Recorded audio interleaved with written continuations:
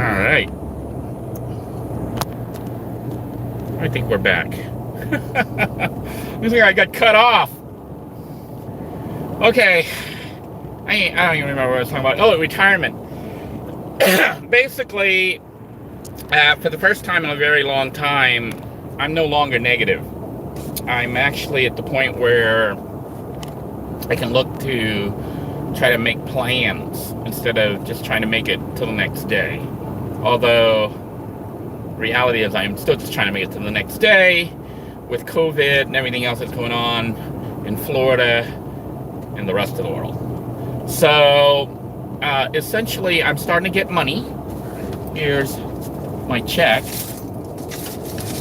I actually have a check, my first retirement check from the state of Florida. So, that's good. It's not like a big check or anything because I'm taking like a 40% hit on it by retiring early. But I'd rather have an early retirement with not a lot of money than be dead and not really get my retirement.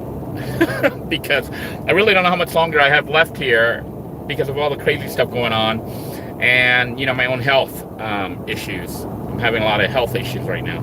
So I want to try to retire and actually travel, which sounds crazy. I mean, the crazy thing is this, okay, for the last 10 plus years or so, 10 years, I've been like pretty much homeless and broke because of the way it was set up, the way the system is.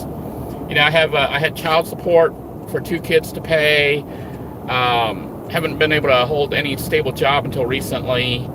My retirement I couldn't claim because it would be, you know, I'd lose like 100%. So I had to just try to survive long enough and ended up making it to this point where I've decided I'm going to cash out while I can. So, you know, child support has dropped. I only have 1 kid now that I have to pay, you know, every month for. And that cut the child support in half. So already there was a huge amount of money that came back, or a huge amount of money that's not leaving, you know, that I'm not having to pay every month. The second thing is the state and the ex have kind of eased off. I guess after more than 10 years, it's not really, the state will push it if the ex-wife pushes it, and the ex-wife's been chilling. So that's kind of resolved itself, and that has stabilized me a little bit. The other thing is like the retirement, me retiring early means I will get some money coming in. So even if I were to lose my job, I'd still have enough money to live off, you know. It wouldn't be like a lot, but it'd be enough for me to survive. So, you know, for the first time in like 10 years, really, well, I can't truly say that because there were periods in that time where I actually was in a nice house and stuff, looking to possibly get remarried. Okay, so there was some stability when I was working as a mail carrier. Mail carriers get paid pretty decently.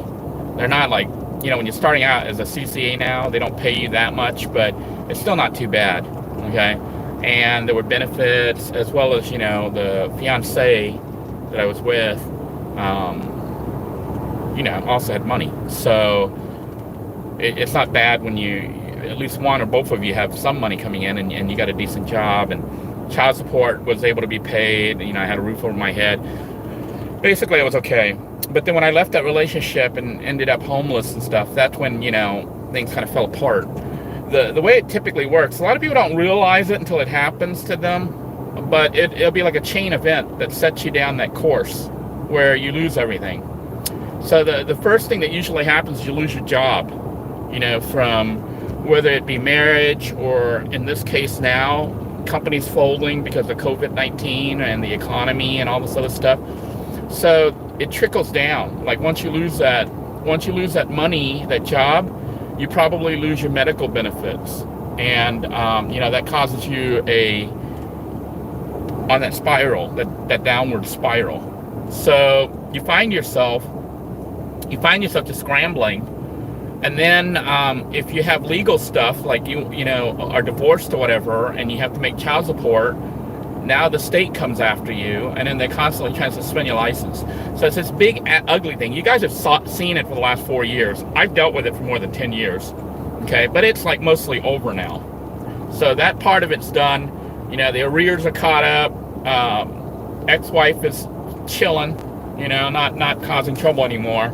My payments are reduced to the point where they're manageable, and I have my retirement coming in, which isn't a lot, but it's enough to cover child support. So I won't have that issue of my license being suspended anymore, always hanging over me. And the other thing is, I'm in the job right now, which, from what I can tell, they want to keep me, you know. So, but we had talked a little bit about it, and I thought they were going to make me full-time come the new year when the contract expires. I think they're planning on keeping me the same until they need me for extended periods, you know, when it gets busy. So, you know, I asked them again, and they said basically, well, when they get busy, that's when the hours go up, is when I'll shift to full-time. What'll happen is they'll post a position for the full-time position and get rid of the position that I'm in, which is half, you know, part-time. And then I'll apply for that, and most likely will get it. But it's not going to be right away, which to me kind of sucks, because I really, you know, I don't know if you heard my broadcast the other day. I'm trying to raise like $25,000 within a year or two, which is not going to be easy. It means basically, I mean, if you had a really good job and you were making $75,000, $100,000 a year, it wouldn't be too hard to raise that. But if you're not even making $25,000 a year and you're trying to save $25,000 a year, you gotta pull some strings and do some weird stuff, like increase your income. So that's what I've been working really hard on with YouTube and all the other projects, including investments.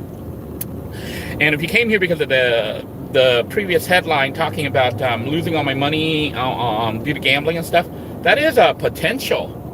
So, you know, but I'm avoiding it right now by not gambling because of COVID, but also there's a chance of losing everything. And if your retirement plan is to retire based on gambling,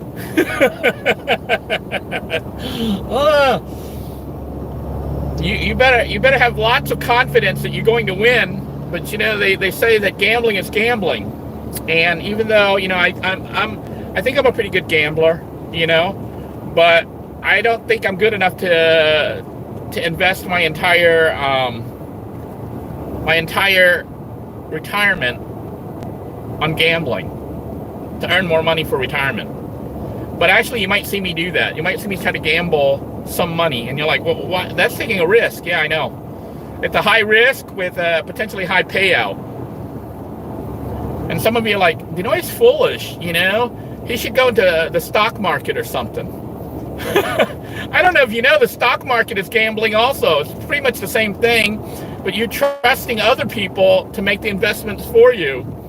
That's what happens when you go into the stock market, is you're trusting other people with your money, and you're trusting them to gamble on these companies and these funds and things like that. And sometimes those funds and whatnot, they're not even real.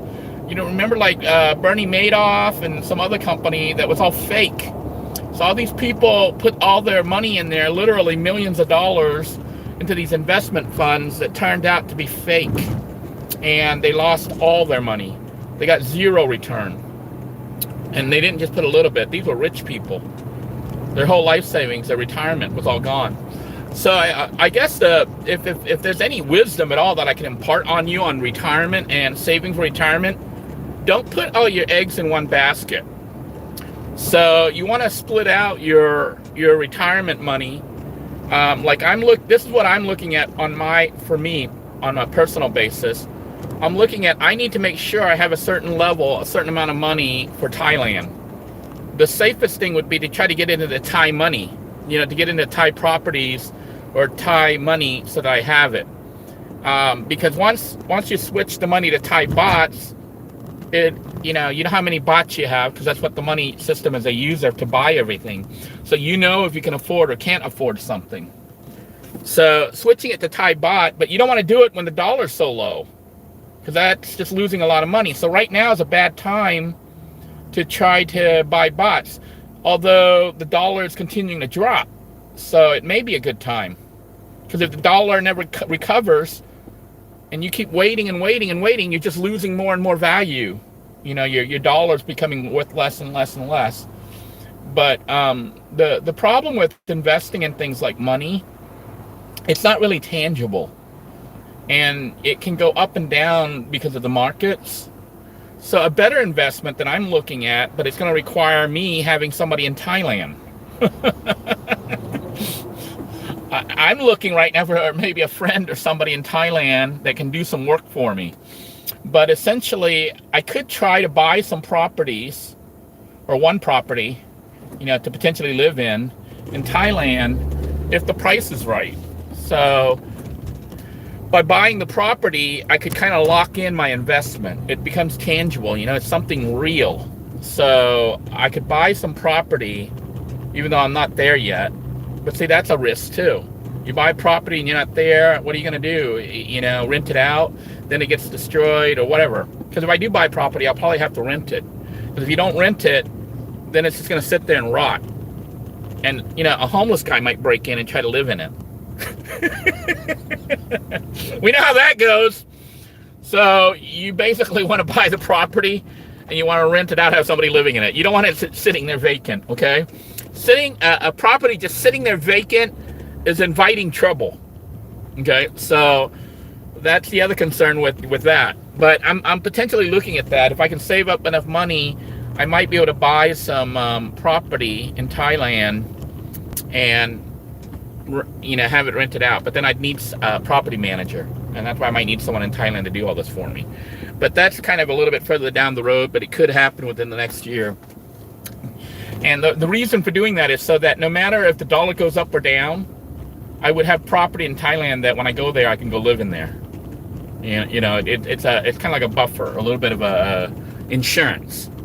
The other option is to just do nothing and just keep everything in US dollars, which I think may be a mistake to an extent, because as the dollar continues to decline, the purchasing power of the dollar drops. That means that I'll be able to buy less and less. You know, so if I just leave my money in the bank, right now interest rates are like so low, you don't really make any money from leaving your money in the bank. You have to invest it. So I've been looking at different investment options and was looking at even, you know, potentially going to Bitcoin or something, which I might end up playing with Bitcoin just a little bit. You know, I can't even afford one coin because it's like, I don't know if it's like 11 or 20,000 for one coin now. So I should have got in when it was like $1.16 when I first heard about it. But I was looking at, like I said, at Elon Musk and who's that other dude, the multi-billionaire or whatever. They don't really believe in it, so they don't have any Bitcoins. And Elon Musk is a technology guy. And if these guys that are like money gurus, you know, or, you know, really super smart people don't invest in it, there might be a reason. And I can already reason what the reason is. It's not real. It's digital. It could easily disappear. Somebody could just change a byte in the computer database and all your money goes away. All it would take is just somebody changing the value from positive to negative or zero. And then all your money disappears and goes into their account and there's no trace. So that's a potential big problem with it.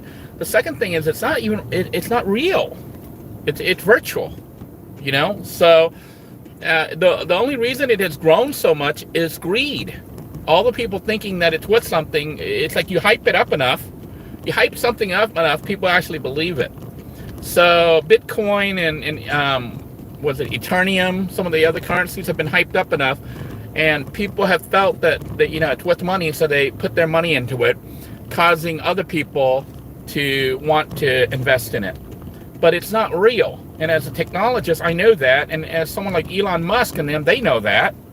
So, you know, I'm like, I can't believe how high up it's gone, all because of greed. It's just greed that's making the money go up, the value. So, but potentially I might play with it. I don't know if I can't afford even one coin, but you can actually buy like a portion of one. The other option, which is what I'm actually leaning towards, that's a little bit more stable, because I'm working now. They actually have like retirement accounts like 401k and other stuff like that, where they have a professional company that hopefully isn't like Madoff Made off. Lost our. I gotta get a better holder or something. Sorry, guys.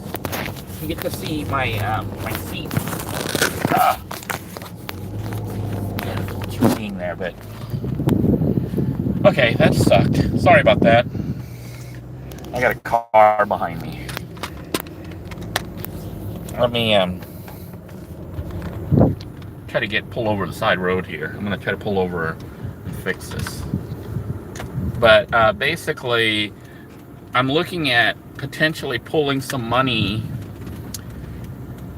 because my current plan is to be there potentially one more year, at least 1 year, 1.5 years, which means I'm delaying my retirement, sort of. I've officially retired from the state, but I haven't officially retired because I'm still working. And I might end up having to work full time.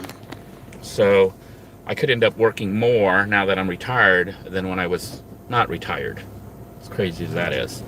But now I have a real goal of trying to save money so that I actually have a certain amount of cash available for when I actually do officially retire. But basically, what I'm going to do, this is going to be my plan, is not to put all my eggs in one basket. So because the company, the company that I work for has an investment, for our 401k, and they make it easy. You can have your money pulled out from your paycheck. So I was like, you know what? Because I'm getting the state retirement money now, that means my paycheck isn't as critical because I have other source of cash coming in. So I can take my paycheck and apply more of it towards the 401k. And going that route, it means that I can put my money towards stocks and bonds and everything else that the company invests in. The company will invest in the money.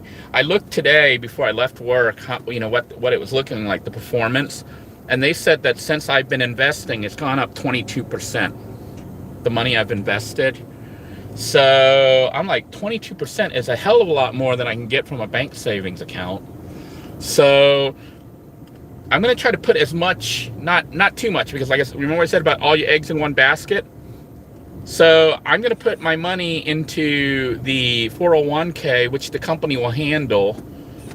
And I'm only going to put like maybe 15% in there initially. Because before I was only investing 5% of my income. So now I'm up to like 15%. And depending on how I do with the money, that I have from my retirement and everything else, I got to look and see what my budget is and how much cash I have. But I'm going to try to go up to maybe as high as 20, 25, or maybe even 35%. Right now it's at 15%. If I find that I don't need my cash, rather than just having it sit in the bank and not really collecting much interest at all, I'll put it into the hedge fund from the retirement for the company, even though I'm not planning on staying there till retirement. I need to double check if there's a penalty for withdrawing money early. I mean, when you quit, I suppose they got to give it to you, but I don't know if they punish you and what the tax is on that. But because that's the other thing, you get taxed. So you think you're making all this money, and then they tax it. So you're not making as much as you thought. But anyhow, I'm potentially going up as high as 25 or 35%, which I think would allow me to raise a decent amount of money. Because see, Thailand's losing money. Like if you go to if you do the baht conversion, the US dollar would be losing money. But if I make up the difference in the hedge fund in my retirement, then it doesn't really impact me as bad. You're basically trying to have a bunch of different backup plans, just in case one fails or one doesn't do as well. You're not totally screwed. You actually have other avenues of protecting your money. So that's what I'm looking at, and that's what's going on with that. And believe it or not, because I told you I'm a decent gambler, I'm planning on putting some money towards gambling. And I know that some of you would think I'm crazy to do that, but it's not gonna be like a lot, but I'm gonna put a little bit. I'm gonna set aside a gambling fund that I'm gonna use to try to invest in gambling.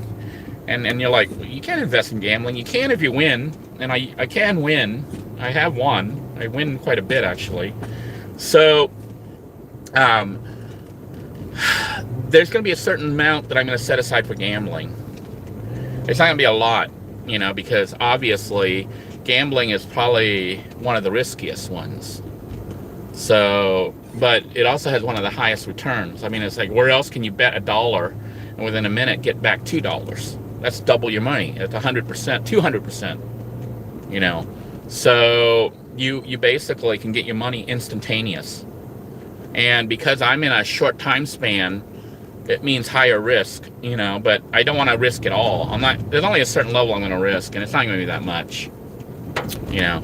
So at most, I might be willing to risk $600 to $1,000 total. That's for my entire gambling investment. Try to get maybe $600 to $1,000 and convert that to as much as $10,000. That's how I plan on trying to make my money. But also having the backup of regular investments. And the other big thing that I'm trying to do that you're seeing right now on this channel is YouTube.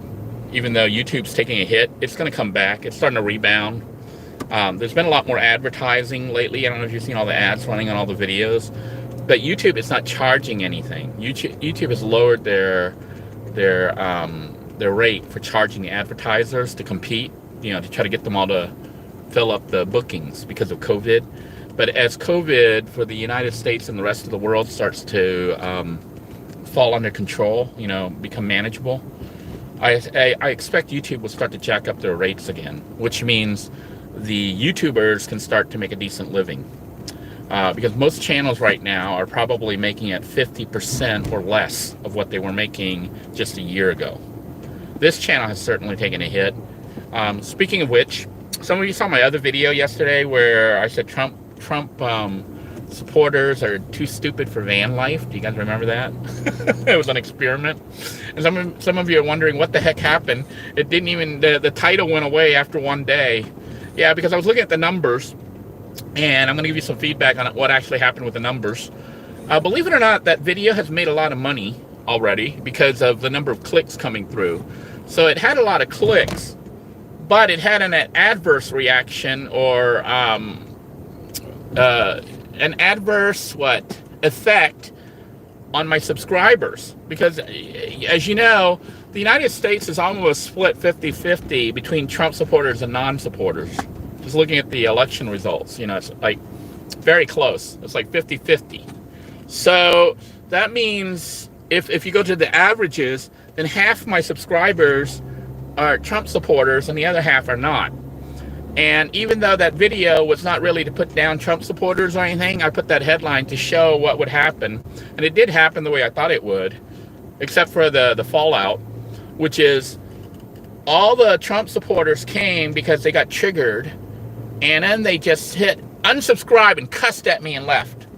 They didn't even watch the videos. They didn't see that it didn't have anything to do with being a Trump supporter and being stupid. Okay?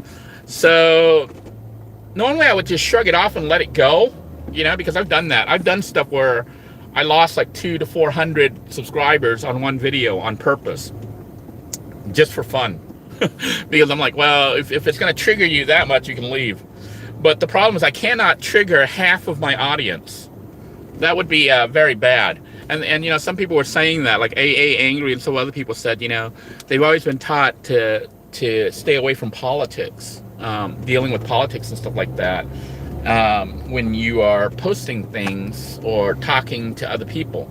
And the reason for that is, you know, politics is one of those subjects that cause people to go violent and angry and crazy, and it's because it's something very personal to each person, you know, very personal, and everyone has a strong opinion on it. So my advice, if you're trying to get lots of views, you can come up with stuff, but you might want to avoid politics, especially right now, especially U.S. politics, because of I guess don't know what it's called, but like it's so it's, the line in the United States is so divided right now between Republicans for Trump and those who aren't for Trump. So when you use that, people are triggered easily. So if you want to get a lot of views, you can do that. If your channel doesn't have a lot of viewers and stuff, I was looking on the statistics, and the search term came up like a lot. And the search term you want to use is called Trump supporters. So Trump supporters is currently a term that a lot of people are searching for on YouTube. So if you want to do your video and get it to kind of show up on the search results, put the word Trump supporters in there. But if you do stuff that's negative or whatever, you'll probably get a lot of views. It'll drive up your view count and possibly your watch hours. But if you are already an established channel and you piss them all off, you're going to lose a lot of subs. And normally I would just shrug it off and say, yeah, these people can be lost. But my sadness is they got upset because they thought I was insulting them. And if you watch the video, it wasn't anything like that at all. So, but anyhow, I am going to go ahead and sign off here in a minute. Yeah, Angus maybe insult Trump supporters and Democrats and lose all of your subscribers. And that could happen, you know. It's like, that's why you see a lot of YouTube channels. They are very weary of discussing politics and even their political belief. You know, a lot of, now this channel has always been very open, which some people think is foolish. You know, people know me and know that I'm not a Trump supporter. But at the same time, I don't go around, you know, ragging on the Trump supporters. I think everyone should, you know, have their opinion and has that right in the United States to have that. That's why I was a soldier, you know. It's to fight for liberty, to fight for people to have their opinion and make their opinion and make their votes count, make their votes known. So, you know, the thing about it is this. If you're in social media and you're trying to grow your channel, you don't want to alienate your audience. And the problem is if you go Trump, if I go pro-Trump, then all the anti-Trump people will be angered and leave, potentially. If I go anti-Trump, then all the Trump people will leave, potentially. So, and then you say, well, then you'll get more of the other group. Not necessarily. The reason this channel wouldn't grow based on that is this isn't a political channel. So I would lose people, but I wouldn't gain as much. Like, I'm going to give you real world figures on what happened. I was losing about 1.5 times more people than I was gaining. And remember, I'm trying to hit 25,000 next year. That's my personal goal. So I got to kind of watch those numbers very carefully. Now, in a way, it's kind of sad because it means that any channel that wants to grow, has to pretty much cater to their audience, which to the audience isn't bad, okay? But that means that if you are a YouTuber and you're trying to grow your channel, you can't piss off your audience too much. You know, I guess you could piss off the people who didn't like you in the first place, and that's no big deal. But if you piss off your core subscribers, then you're going to lose your audience, and that may be a potential problem. Even though my videos, I don't know if you guys know, my regular van life videos and these chat videos, they don't get that many views. They only get like, you know, at the most 1 or 2,000, you know, over a year. They might get 1 or 2,000 views. Typically on YouTube, you have 1 week, 3 days to 1 week to get your number of views up on our video. After that, it goes into the cobweb closet. Like, you might be lucky to get 10 views throughout the year. YouTube doesn't push it. YouTube gives you maybe 24 to 48 hours upon publication to try to push your video to get it to go viral. And if you can't get it to go viral within that first 2 days, it's probably not going to happen. So that's just another tip for those of you who are trying to grow your channel. You need to make your, the biggest thing you can do is make your thumbnail something that will make people want to click it to find out more, and your headline can do it. But my big advice now, after watching what happened, is don't use politics unless you're a political channel. Then you'll gain people who share your viewpoint. But if you're neutral like I am, you're gonna piss off both sides. Yeah, Jed Chung is saying, stay neutral. Walk the center line. Hey, Lena, good to see you on here. MoBang.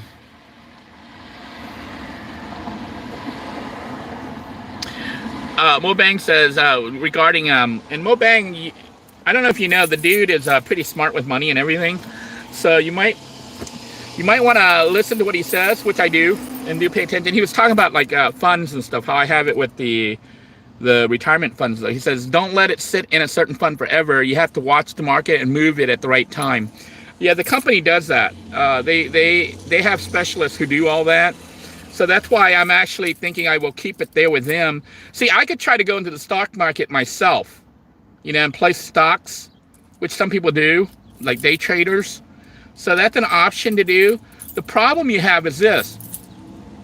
You have to really have intuition, but also the ability to monitor and watch and pay attention to the numbers and the charts and trends, what's currently happening. You know, the problem with that is I don't have those skills. I mean, I could develop them, but I don't want to develop it gambling with my retirement money, because I'm not good at it and I could lose that money. So I will invest up to, right now I'm at 15%. I may potentially go up to 30 or 35% with the company, so that they can build up the funds. If they continue to do at 22% return rate, which is what they're at right now, I'm like, that's pretty damn good. 22% is pretty good. You know, it's not as good as my gambling percentage. But see, my gambling percentage, I could lose everything in a few minutes. So, you know, it's a higher risk, but it's a higher return. And if I may try to play and buy stocks just for the heck of it for this channel, just to do a little bit, just to show what it's like. But I don't know, because to me, it's kind of throwing money away. But see, here's the weird thing about being on YouTube and being on a monetized channel. Those of you who haven't been checking out the community tab, I've been trying to share with people what it's like on this channel. Just a little tidbits of information, but also information about monetizing the channel, what kind of videos are made and why they're made, and why some people think that I'm an idiot for, you know, doing certain things, but yet those videos, they don't realize that I actually did it and made money on it. So even though, like in the video, I fail, like some people will think that me buying a $700-800 van and fixing it up to live in and stuff was stupid. You know, I should have saved up a little bit more money and had more money and stuff. I spent $700 on a van and it made me roughly $20,000. I was profitable on that van. You know, I did like videos and stuff that, like the headlight cleaning video cost me like $1 or $2 and made $1,600. The paint job, you know, where I did the clear coat painting, maybe I'll show that. I spent $2 on clear coat spray from Walmart and spent about 5 minutes making that video, and I made like $180 on it or so. Make $180 and you spent $2 in 5 minutes. That's what I make. And that's not the best videos, you know. And some videos I do, some people say, why does he even bother filming himself eating? Because that little $2 meal that I ate, I won't make a lot of money on that kind of video, but I might make $10. And you're like, so I spent $2 to eat. I got to eat for $2, and then I made an additional $10. That's the topsy-turvy weird life of a small YouTube channel. Anything you do and you film, like even this talk right now, I will make money on this. It's just not a lot, you know. And some people say, then why do you bother? Well, if I have enough of these little videos that don't make a lot, let's say they only make $2 or $3 a month. If I have 100 videos that make $2 a month, that's $200 extra spending money. And all I did was just talk or blabber or piss people off. All right, I'm just scrolling through. Renegade Rambling Man says he's retired and tired. I think if you're retired and you're tired, you need to look at what you're doing while you're retired. Try to do stuff that doesn't make you so tired. You know, I'm looking forward to retirement, but unlike a lot of people who think of retirement as just sitting around and stuff, for me, retirement means you now have the luxury of doing whatever you want, almost, you know, within reason, within what you can afford and stuff. So you should be living your life and enjoying every single moment in retirement. At least that's my hope and my opinion. I hope to travel, and some people think that it's going to be impossible for me to travel without a lot of money. It's not going to be impossible if you do it right, and if you follow this channel, you're going to see how it's done. But a lot of it has to do, like, once again, like I said, with dollar value and conversion. So if I'm in Asia and traveling in Asia, it's going to be a lot cheaper to travel there than in Europe. Europe's going to be more expensive, but you go to like Asia, it'll be cheap. If I invest in Thai money or even American money and it does halfway decent because my cost of living is so low, I could travel back to the United States as a visitor, you know. So those are the kind of things I'll be doing. But most of what I'll be doing when I'm in Thailand is showing off Thailand because it's an exotic place to live. It's beautiful. And, you know, the culture, it's different than what a lot of people have experienced, especially on this channel. Because, you know, most of the viewers here are American. But I do have foreigners that watched as well. I have some people in Europe, some people in Asia, and some people on little islands. Hey, Lena. I'm just scrolling through here.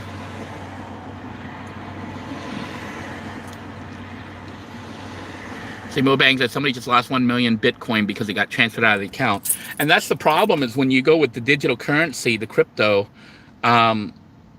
it's just a bite. It's a flag that says you have the money, you know. So, and when someone like Elon Musk is saying he wouldn't trust it, he wouldn't put his money in it, or Warren Buffett, you know, wouldn't do it. There's a reason these people don't do it.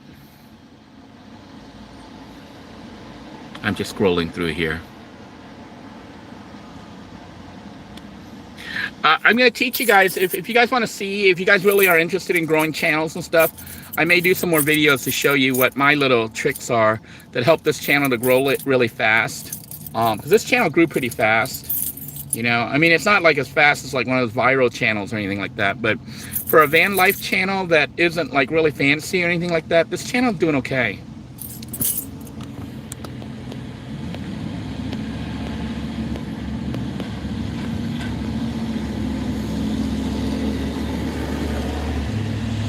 Yeah, Jung says he watched my RV video series. I actually need to go back and finish that up, but the RV is actually doing very well, and I might share with people some of the repairs that people laughed at, like fixing the roof leaks using elastomeric paint. You know, some people said that wouldn't work. It's working great. There's no leaks. Cost me like $20, $40 for 2 cans of paint. And what it did was there were little tiny holes, you know, cracks that you couldn't get to. And I just took the paint, the elastomeric paint, and I just poured it on top of the roof and let it drip down. So it spread across the entire roof of the RV, and then I put it towards where the, you know, because you couldn't really track where the leak was. But because it's a liquid, you know, the elastomeric paint, I put it where the leak was, and of course it dripped into the leak and sealed it. So when it dried, it sealed. So it's been, what, about 4 or 5 months since I did that, and there's been no leaks. No more roof leaks because of the elastomeric. And what I would recommend is possibly, you know, once a year, put a new coat of elastomeric paint on there, just to seal any new cracks, especially if you live in Florida where the sun, you know, does a number on paint.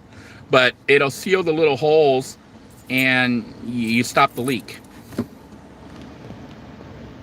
Anyhow, I'm gonna let you guys go. I am going to deposit my money, my first check from the state of Florida, and I'm going to go ahead and deposit this, and then hopefully figure out what I'm going to do with all this money coming in. I definitely don't want it just sitting in my bank account, you know. It's nice to have money in the bank account because you do want to have cash. Liquid assets like cash are easier to use and can help you pick up like really good deals, because a lot of times when you deal in cash, you can pick up bargains. But I might even get into like eBaying or something like that, like some of the people were suggesting previously. Sometimes people were suggesting stuff that I couldn't do because I didn't have the money or the resources. But see, as you get more money, you can actually make more money. So, you know, what I will try to do things and share with you what I'm doing so you can see it happen and how it happens or doesn't happen. And that way, if you're in a similar situation, you might be able to benefit from what I'm doing. So until next time, everyone, take care. God bless you all. Stay safe. Remember, today is Friday the 13th, but it's Saturday the 14th tomorrow that you really need to be careful. So take care, everybody. Bye-bye now.